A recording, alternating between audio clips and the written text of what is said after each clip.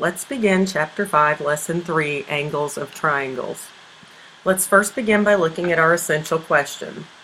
Our essential question is once again, how can algebraic concepts be applied to geometry? Remember that I told you that even though we have stopped looking at algebra per se, we still have to work algebraic equations in order to solve some of our geometry problems. So algebra really never goes away. It's one of those skills, especially solving equations, that's going to follow you through all of your math classes. Let's take a look at the vocabulary. The vocabulary for this section is going to be triangle, interior angle, exterior angle, and remote interior angles. If those are not part of your packet, we'll add those in. Your Common Core standards are going to be 8.G.5, which we'll talk about in class, and the mathematical practices are 1, 2, 3, and 4. If you look down here, 1 means we're going to persevere with problems, 2 we're going to reason abstractly, 3 we're going to construct arguments, and 4 we're going to model with mathematics. So we're going to use all 4 of those practices in order to work the problems throughout this lesson. Let's take a look at the real world link. It says Caroline and Emily are building a bridge out of toothpicks for a science competition. Emily thinks the sides should be constructed using triangles. Use the activity to find the sum of the measures of the angles in a triangle. It says lines M and N are parallel. Lines P and R are transversals that intersect at point A. So let's take a look at it. We have line M and N. We know they're parallel. We have 2 different transversals. We have transversal R, which intersects the parallel lines, and we have transversal P, which intersects the parallel lines. And those 2 transversals intersect at point A. Number 1 says, what is true about the measures of angle 1 and angle 2? Well, let's look at them. Here we have transversal P. We have angle 1 on one side of the transversal and angle 2 on the opposite side of the transversal inside the parallel lines. So we know that they are going to be alternate interior angles.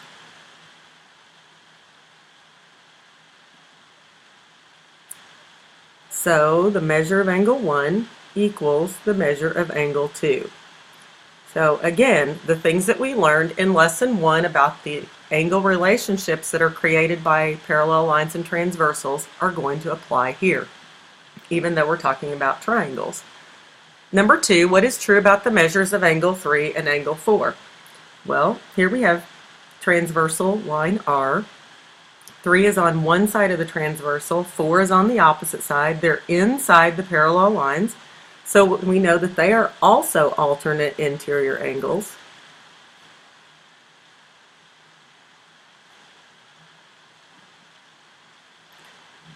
So the measure of angle 3 equals the measure of angle 4. So here we know that whatever angle 1 equals, angle 2 also equals. Whatever angle 3 equals, angle 4 also equals. So it says, what kind of angle is formed by angle 1, angle 5, and angle 3? Let's take a look at them. We've got angle 1, 5, and 3. Notice that they sit on a straight line, and so they're going to form a straight angle.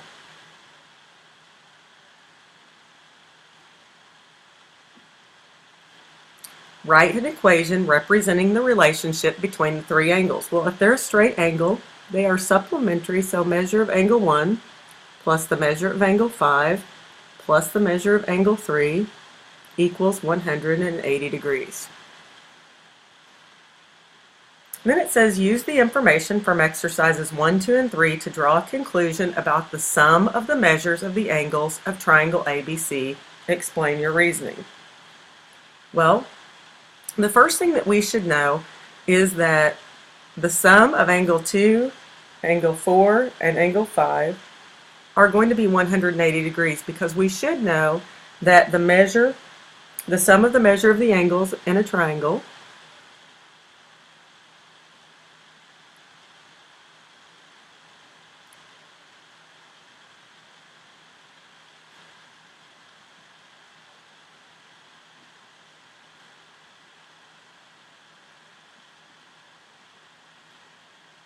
is 180 degrees. That's something we've already discussed, that the sum of the measures of the angles in a triangle is 180 degrees.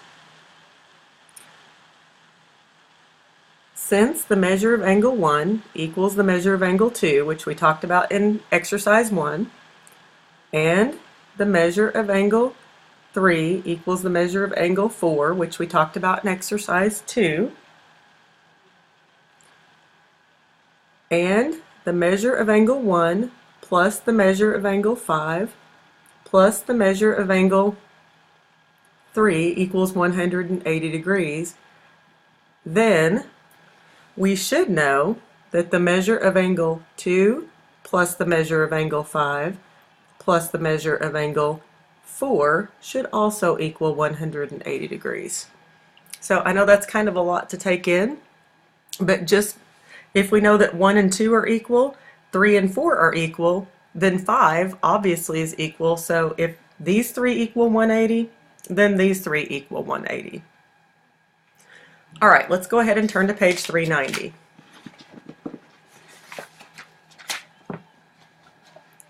Our key concept in this lesson is going to, or our first one, is going to be the angle sum of a triangle. This is a simple concept that we've already talked about, and all it says is the sum of the measures of the interior angles of a triangle is 180 degrees. If we were to write that based on this triangle, we'd say x plus y plus z equals 180 degrees. Remember that a triangle is formed by 3 line segments that intersect only at their endpoints. A point where the segments intersect is a vertex. The angle formed by the segments that lies inside the triangle is an interior angle. So all of these angles that lie inside the triangle are interior angles. Let's look at example 1. Now remember, anytime that there is a tutor symbol, that says that if you go online to your online book, you can look at some videos with some extra examples. So number 1 says find the value of x in the Antigua and Barbuda flag. Here's the flag. So if you look over here, we've got x degrees, 55 degrees, and we've got this little symbol in the corner, which hopefully we all know means 90 degrees. So we have x plus 55 plus 90, and we know that the interior angles of a triangle equal 180. We're going to take 55 plus 90, and they equal 145. So when we add those two together, the two like terms, they equal 145. So now we have x plus 145 equals 180. We subtract 145 from both sides, and we get x equals 35. So the value of x is 35 degrees. We can check those by adding those 3 measures together. So if we take 35 plus 55 plus 90, they should equal 180 degrees. And when you add all those up, they do. Now, I know there are simpler ways of figuring this out. I know that you can take them in your head and say 180 minus 145 equals 35, but we need to do it algebraically. We need to practice our equations. All right. In example A, it says in triangle XYZ, if the measure of angle x equals 72 degrees and the measure of angle y equals 74 degrees, what is the measure of angle z? So let's go over to the side and we'll write x plus y plus z equals 180. And we know that to be true because of the angle sum of a triangle. We know that angle x is 72. We know that angle y is 74. And we don't know z. So we'll leave it as our variable. And we know they equal 180. So we're going to take 72 plus 74, and we get 146 plus z equals 180. We're going to subtract 146 from both sides. Whoops. And we get z equals, if you do the work, 34 degrees. So the measure of angle z equals 34 degrees.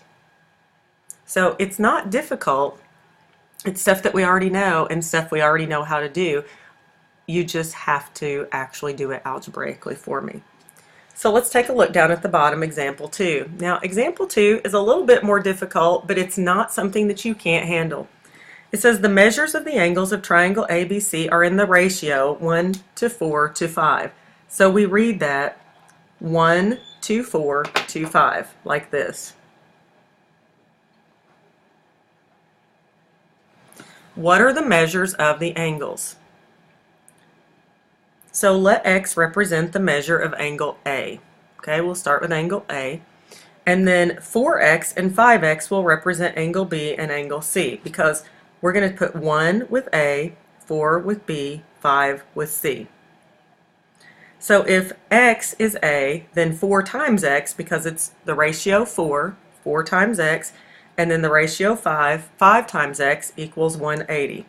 We're going to collect our like terms, which means I need to take these 3 terms because they're all alike, they all have an X, and I need to add them together.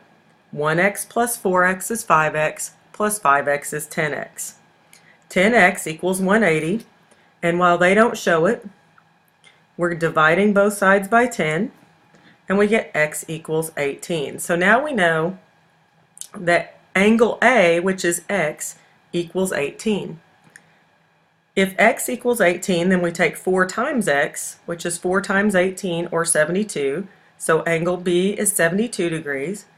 And 5 times X equals 5 times 18, or 90. So 5 times 18, or 90 degrees, is angle C. So we have angle A is 18, angle B is 72, and angle C is 90.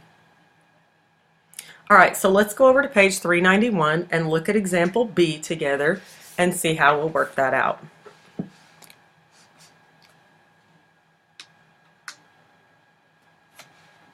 Alright, example B says the measure of the angles of triangle LMN are in the ratio 2 to 4 to 6. So remember, we read it 2 to 4 to 6. So we're going to make angle L, angle M, angle N.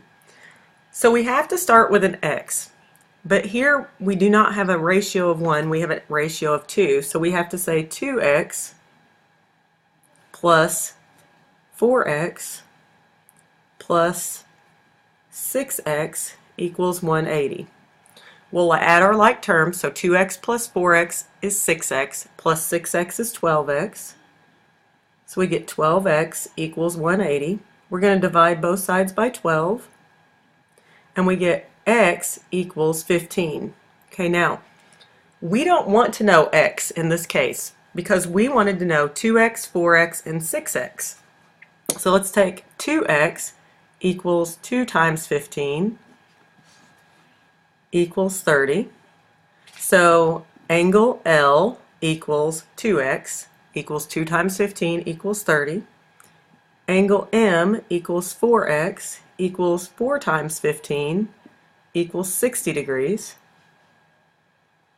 And angle N equals 6X equals 6 times 15 equals 90 degrees. So I know these are a little harder, but if you pay attention to it and you follow the pattern, they should be pretty simple for you. Let's take a look at our second key concept in lesson 3. Our second key concept is exterior angles of a triangle. So we've already talked about the angles inside the triangle. Now we're going to talk about the angles outside the triangle. So the measure of an exterior angle of a triangle is equal to the sum of the measures of its 2 remote interior angles. Sounds harder than it is, okay? So we have angle A, that's interior, and B is interior, and C is interior. But now we have angle 1, and angle 1 is exterior. So in order to find what angle 1 is, we need to add the 2 remote interior angles. Remote means that it's not right next to or not adjacent to the exterior angle. So let's go down here. It says, in addition to its 3 interior angles, a triangle can have an exterior angle formed by one side of the triangle and the extension of the adjacent side. So here's all it's saying. we've got one side extended and it forms an exterior angle. Each exterior angle of the triangle has two remote interior angles that are not adjacent to the exterior angle. So angle 1 is the exterior angle. The angle that is adjacent to it is angle C. The angles that are remote are A and B because they are not right next to angle 1. Okay? So angle C is adjacent to angle 1, and angle A and angle B are remote to angle 1. If you learn the vocabulary, again, this is going to be pretty easy for you, but if you don't, it is going to be difficult. So once we found out which two are remote, we add the two remote, and they're going to equal the exterior. So we've got remote plus remote equals exterior. So let's take a look down at the little diagram they gave us. We've got angles 1, 2, and 3 are interior, and angles 4, 5, and 6 are exterior. Angle 4 is an exterior angle of the triangle. Its two remote interior angles are 2 and 3. Remember, 1 is adjacent, 2 and 3 are remote. So in order to find the measure of angle 4, we're going to take the measure of angle 4 equals the measure of angle 2 plus the measure of angle 3. Let's take a look at an example. It might make it a little bit easier for us. So example 3 says, suppose the measure of angle 4 is 135 degrees. So let's go ahead and write that over here. Find the measure of angle 2. Well, this time it's going a little bit backwards on us, and that's probably what you're going to find more of in Common Core type questions anyway. So here we know that measure of angle 4 is 135. The measure of angle L and the measure of angle K are the two remote exterior or interior angles, right? So let's just write it over here what they are. So we've got angle 4 is exterior, and it equals 135 degrees. Let's just write out what we know. Sometimes that makes it easier. If we look at the diagram, angle 1 is adjacent. Remember, adjacent means next to. Adjacent to angle 4. So then we know that angle L and angle K are remote to angle 4. So in order to find angle 4, we would add L and K together to get 4. So let's take angle L plus angle K equals angle 4. I know that I don't know angle L. That's the one, well, I should say angle 2. I shouldn't say L. Let's say 2. Because they've named it 2. Angle 2 I don't know. Angle K up here we should know is 90 because it's got that little box there in the corner. And we know that angle 4 is 135 degrees. We don't know angle 2. Let's call it x. So we have x plus 90 equals 135. Let's subtract 90 from both sides, and we get x equals 45 degrees. So now we know that the measure of angle 2 equals 45 degrees.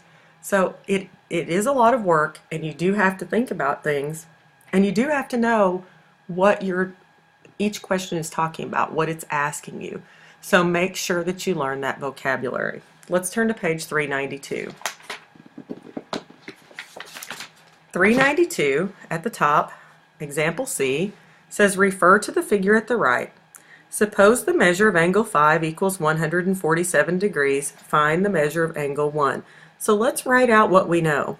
We know that the measure of angle 5 is 147. We know that angle 5 is exterior to the triangle. Let's find angle 5's two remote angles. We've got angle K up here and angle 1.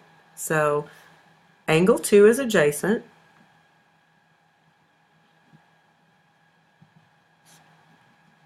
to angle 5, and angle K and angle 1 are remote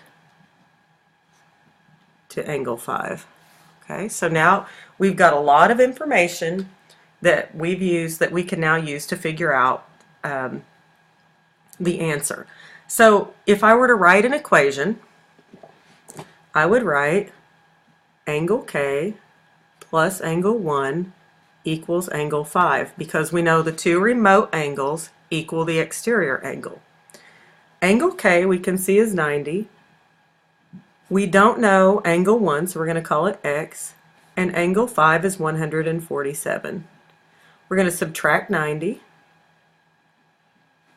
and we get X equals 57 degrees.